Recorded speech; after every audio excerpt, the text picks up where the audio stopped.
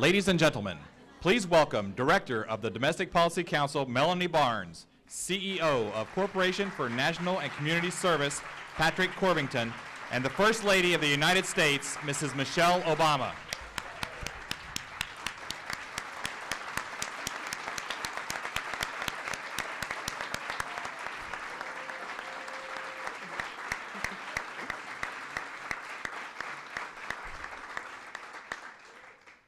Please have a seat.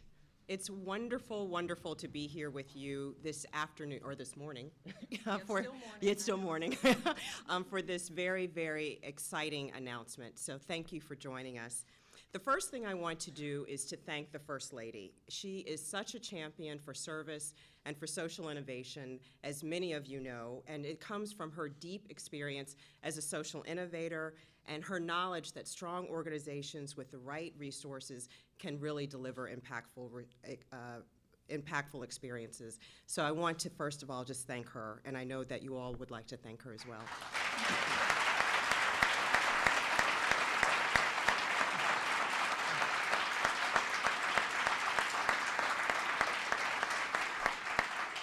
And I also want to thank Patrick Corvington for his dynamic leadership at the Corporation for National and Community Service and for all of their hard work running the Social Innovation Fund.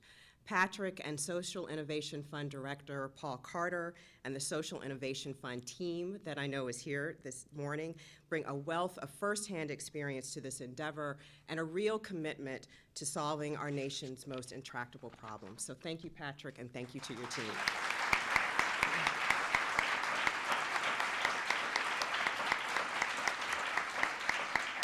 And before just a couple of words, I also want to thank Steve Goldsmith. And Steve has been such a leader in the world of social innovation, and he's also served at the corporation for a long period of time and serving as the board's chair. He's offered his sage guidance to Patrick and to others at the corporation and really helped initiate a period of strong and dynamic growth. Steve is going to be leaving the corporation's board in the next few weeks, so I want to take this time to thank him publicly for all that he's done for service, for innovation, and for the corporation and to the United States government. So thank you so much, Steve.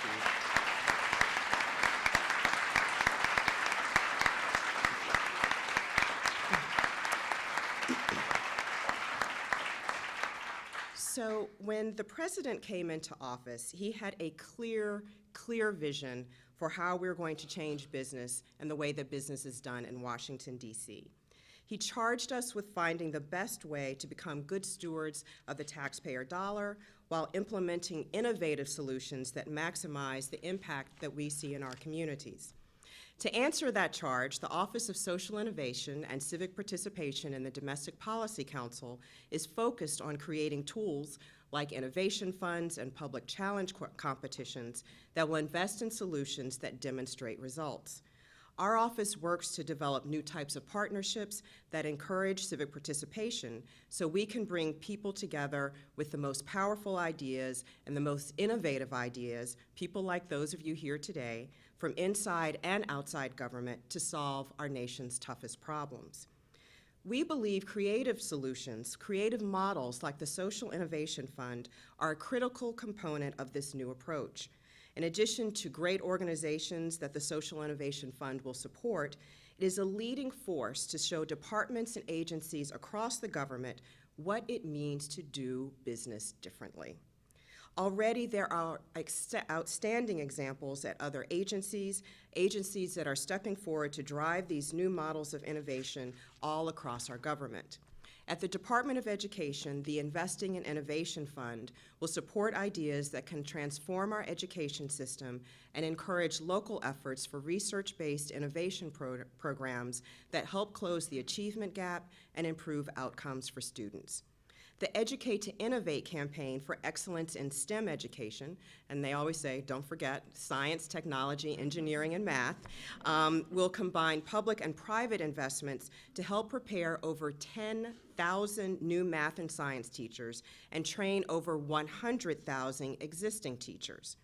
And the Apps for Healthy Kids Challenge at the Department of Agriculture challenges software developers, game designers, students, and other innovators to develop fun and engaging software tools and games that drive children to eat better and to be more physically active.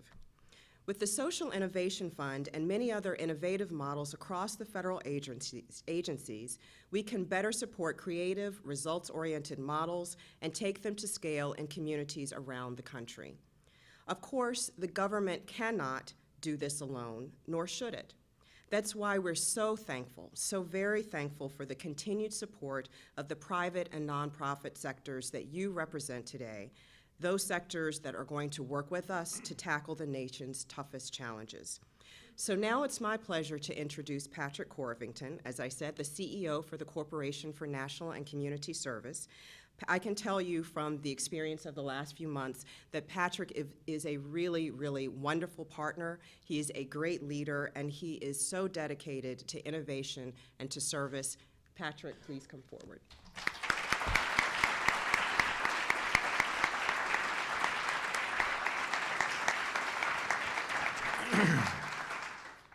Thank you, Melody. Good afternoon, everybody. How's everybody doing? Good. Those were kind words. Thank you so much. Working with Melody is one of the true pleasures I get. She brings a power of intellect that dwarfs mine, I know. So, and thank you to all of you here today. You know, the folks in this room understand that the success that we're going to be able to create here is going to be built in part on forming enduring partnerships with nonprofits, community stakeholders, foundations, and philanthropists like yourself here today. So I'm grateful for your support and look forward to a productive working partnership in the coming years. Of course, we owe a great gratitude to the President and to the First Lady for making community solutions and service a meaningful part of their agenda. One of the defining characteristics of this country is innovation. This relentless pursuit for better ways to solve problems, to improve lives from one another. Every day across this country, promising nonprofit organizations are directing heroic efforts to implement innovative, effective solutions to our nation's most daunting social problems. Tackling a wide variety of issues that many of you know: failing schools, poverty. But these nonprofits are leaders in what I like to call the solutions business. And being in the solutions business is what we are all about. And their good work is hampered only by a lack of resources and an insufficient capacity to measure their effectiveness, to improve on their programs, and then to scale them, serving more people in more communities. So the challenge we face today, the challenge we're going to solve today, is how do we find what works, how do we replicate it, and how do we take it to scale? But in order to do that, we need to encourage new ways of thinking and new ways of doing. And the Social Innovation Fund is a catalyst for that change. Through the fund, government will become a partner in solving big social problems, whether focused in areas of economic opportunity, healthy futures, or youth development. The CIF will drive resources to the best solutions and reward results. It will promote investment in innovative approaches that work at a local level, and then it will elevate those solutions nationally. As many of you know, last spring in New York, the First Lady was the first who announced the Social Innovation Fund. From her days at Public Allies to today here in the White House, Mrs. Obama has had an extraordinary personal commitment to national service and innovation. She is truly an inspiration to us all, a model for how to live, but more than that, a model for how to serve. So ladies and gentlemen, it is truly my great honor to introduce to you the First Lady of the United States, Michelle Obama. Thank you. Thank you, everyone. Thank you. Thanks so much. Please be seated. Patrick, that was a very kind introduction, but, you know, I think it's the way to live. I mean, we're doing okay. I don't know. But it was very kind of you. I want to welcome you all to the White House. I want to thank Patrick and everyone at the corporation for working so hard to make today possible. This is very exciting. We're incredibly grateful to the team of people who helped put this day together.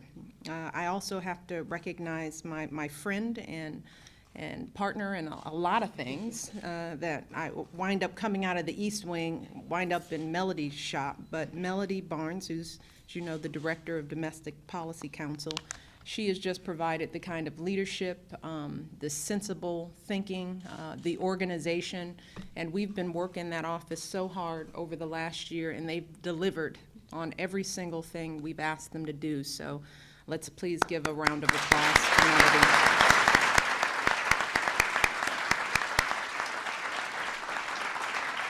And finally, I want to thank Michelle Jolin. We had our share of tears in the back, but it's okay.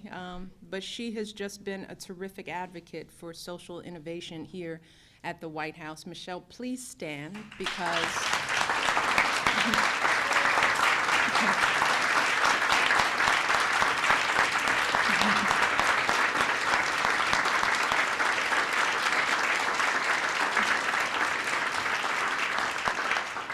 so it's clear from your reaction that you know who does the real work. You know, which Michelle is actually getting things done. But we are grateful to you for your hard work and your focus on this effort. We wouldn't be here at this day without you. Over the last year, my husband and I have spoken to groups very much like the one gathered here, leaders and innovators, philanthropic communities, community groups. We've talked about the need to come together to find new solutions to some of our nation's oldest and largest problems. We've talked about how the challenges we face today are bigger and more complex than ever. And we've talked about how solving them is going to require all of us to contribute our ideas and to pool our resources and to work together like never before. And we've talked about how finding new solutions will depend on people like all of you. We know that. People who are dedicated to making a difference in the lives of others, who know how this stuff works. People who believe in using their hard-earned money to invest in ideas that will help make this world a better place. And people who feel that no problem is too big or too complex to be solved the way Americans have always solved problems. One investment, one project, one pioneering community at a time. And folks like all of you know that addressing the greatest challenges of our time cannot and should not depend solely on what happens in Washington. Thank God it doesn't. But government does have a role to play, whether that means shoring up our economy so that there's some stability out in our communities, rebuilding our schools, which only the government can do, reforming our healthcare system, supporting military families, or making investments in clean energy. But if we're going to go beyond the status quo, which we all know we have to do, if we're going to transform lives and lift up communities, then we're going to need good ideas and successful programs in every single corner of this country. That's why last year we started the Social Innovation Fund. As you know, it's an initiative at the Corporation of National Community Service that will identify innovative community solutions that work and then help them grow to meet the needs of more Americans. Pretty common sense. It's the stuff you all do and invest in all the time. We know that some of the best solutions in our nation's problems already exist, and that's the beauty of this country. There's innovation happening every day, often right in our own backyards. And we know that with the right support, with the right kind of investment, they can go from just changing a handful of lives to making difference on a much larger scale. Some examples: the Bell program up in Boston, Massachusetts, and CEO Tiffany Cooper Guy, who's here today, is championing that program. 18 years ago, a group of Black and Latino students from Harvard Law School, yay for Harvard Law School, they were troubled to discover that many of the students of color in local schools couldn't read, write, or do math at their grade level. So they started a tutoring program to help bring these kids up to speed. Every member of that first class of Bell Scholars went on to college. And that's compared to just 30% of their peers.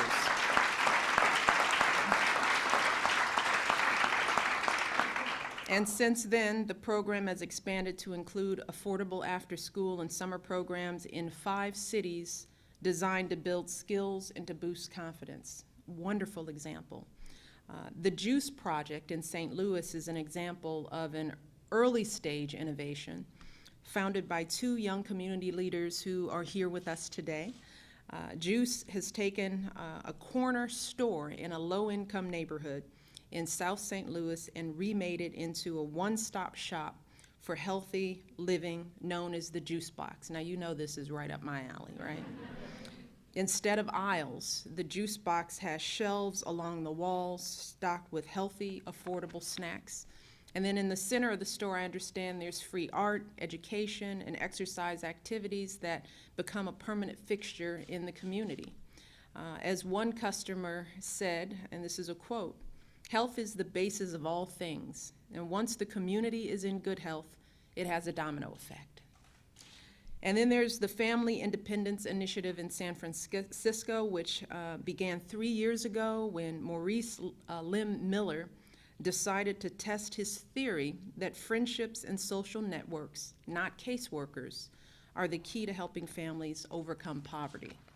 So he created a program where families could set goals like raising their income or helping their children graduate from high school. They had monthly meetings with neighbors and friends in the program. They were encouraged to do things like sign up for job training classes or encourage their kids to get help after school. And when they started to see results, they earned a reward. Among the first families enrolled in the program, household income rose an average of 20% in just 15 months. And by December of the following year, 70% of kids had improved their grades, just amazing numbers. And that success inspired the original families to recruit almost 200 more. So these programs and so many others like them that you all know and have been supporting for years were developed not here in Washington. Washington had nothing to do with it. But they were developed out in communities by folks who truly understand the challenges at hand and the people that they're trying to help. And these programs are working. You know, that's the beauty of it. They're showing real, measurable results, and we all know foundations love measurable results. So the question is, how do we take programs like Bell or JUICE or the Family Independence Initiative and replicate them all across the country so that we can touch even more lives and change even more communities? That's really our challenge.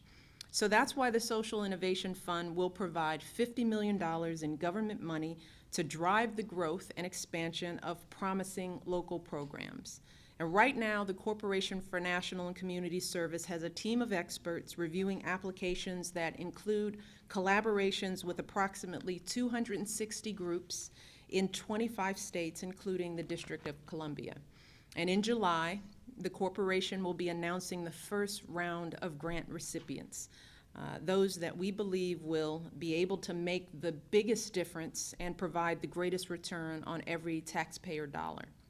But just as the best ideas don't come from Washington alone, we believe that Washington shouldn't be alone in funding them either. We will see better results if we work together with national, regional, and community partners.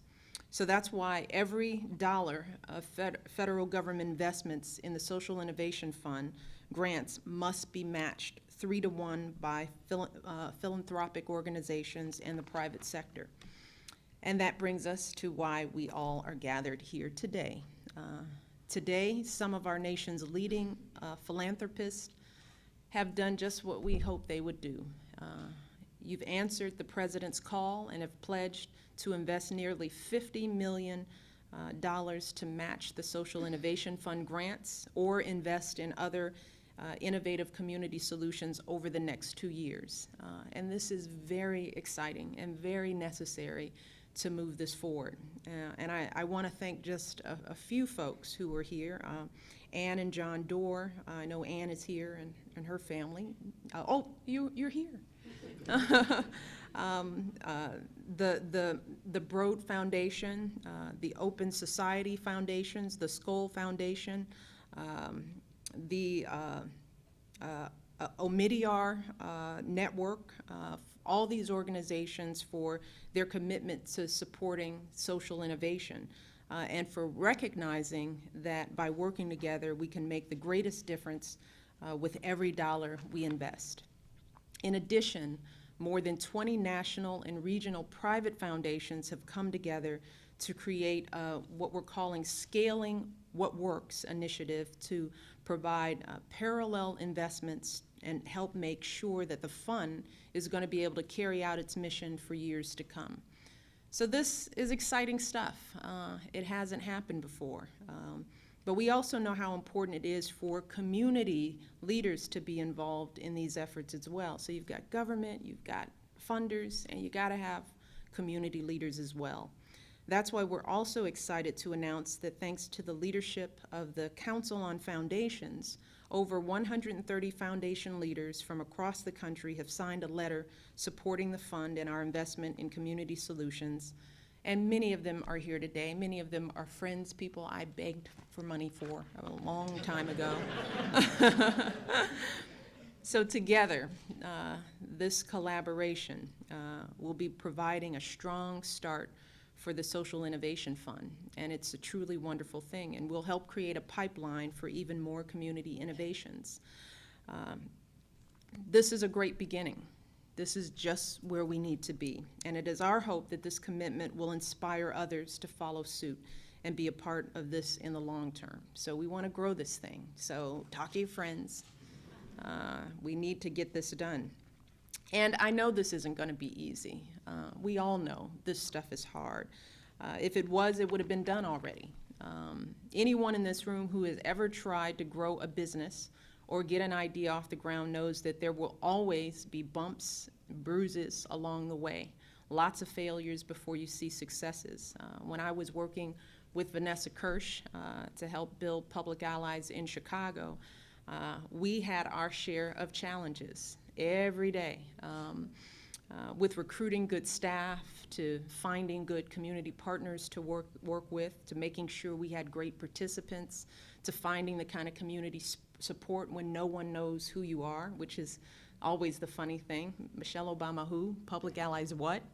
And of course, the greatest challenge is always fundraising. I love you all, but fundraising, oh, still gives me the chills. So we all know how hard the work is, but even though addressing these challenges isn't easy, it's also critical that we try, especially now. That's part of the reason why we're spending so much time and effort identifying innovative programs that have already produced some results and that we think have the best chance of making it to the next level. Because at this time, when everyone's budget is stretched to the limit, we need to make sure that we're investing our limited resources in ideas that are most likely to provide a good return. And if we succeed here, if we're able to scale up good ideas from all across the country with a little government nudge and a lot of private investment, then together we'll have created a powerful new model for making change in our communities, and that's pretty exciting. You know, we're thinking about making sure this lasts beyond the Obama administration, that this becomes a way we think about innovation in this country. You all know this. You see this work every day. You all have been investing your careers and your livelihoods, your lifetimes in making these kind of models and structures work. So we are grateful to you. Everyone thanks me for my work. But truly, I have been inspired by so many of you, and so has the President. The work that we've done in communities, the work we've done with foundations, to know that this model does work. But this partnership between the government, the private sector, nonprofits, community leaders has got to be solid. So we just want to thank you. Thank you for committing to this work for so many years. Thank you for being here today to support this fund. We know that this will set a different tone for how business works, not just in Washington, but all around the country. So again, it's just been a pleasure to see so many of my friends, people I've worked with before, and we are all excited to see where this goes in the years to come. So thank you so much. Congratulations for the work that you've done and the work that we're going to do in the years ahead.